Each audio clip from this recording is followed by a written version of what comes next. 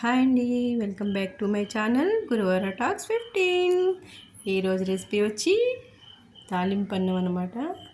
ఇది simple and easy process. అన్నం వండేసుకున్న తర్వాత కూరగాయలు ఏమీ లేకపోతే ఇలాగ తాలింపు అన్నం చేసేసుకుని తినేస్తే చాలా బాగుంటుంది. వేడివేడిగా జాబ్స్కి వెళ్ళి వచ్చిన తర్వాత అలసిపోయి ఉంటారు కదా, వాళ్ళకైతే చాలా బాగుంటుంది. ఇది సింపుల్ అండ్ ఈజీ రెసిపీ అనమాట. ఈ ఈ రెసిపీని అందరూ చాలా ఇష్టంగా తింటారు. ఇంకా ప్రాసెస్లోకి వెళ్ళిపోదామా.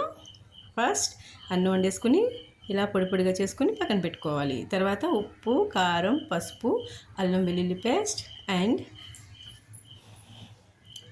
పచ్చిమిర్చి అండ్ జీలకర్ర, ఆవాలు, తర్వాత ఆయిల్. తర్వాత స్టవ్ ఆన్ చేసి కళాయి పెట్టుకుని కళాయి వేడెక్కాక 2 స్పూన్స్ ఆయిల్ వేసి ఆయిల్ వేడెక్కాక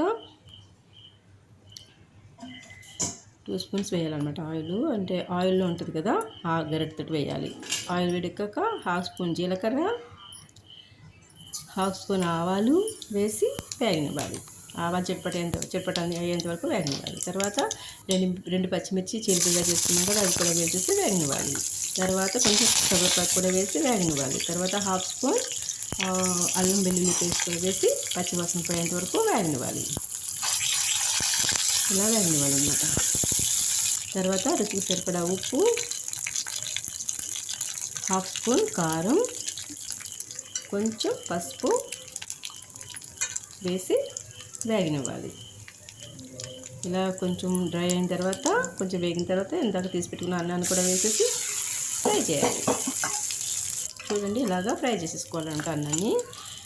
చాలా బాగుంటుంది. టేస్టీ అండ్ సింపుల్ రెసిపీ అనమాట. చూడండి ఎంత బాగా వచ్చిందో, సూపర్గా వచ్చింది. సూపర్, ఇంకా అసలు అది అదిరిపోతుంది. చాలా బాగుంటుంది. ఈ ప్రాసెస్ నచ్చితే లైక్ చేయండి, షేర్ చేయండి, సబ్స్క్రైబ్ చేయండి. Thanks for watching.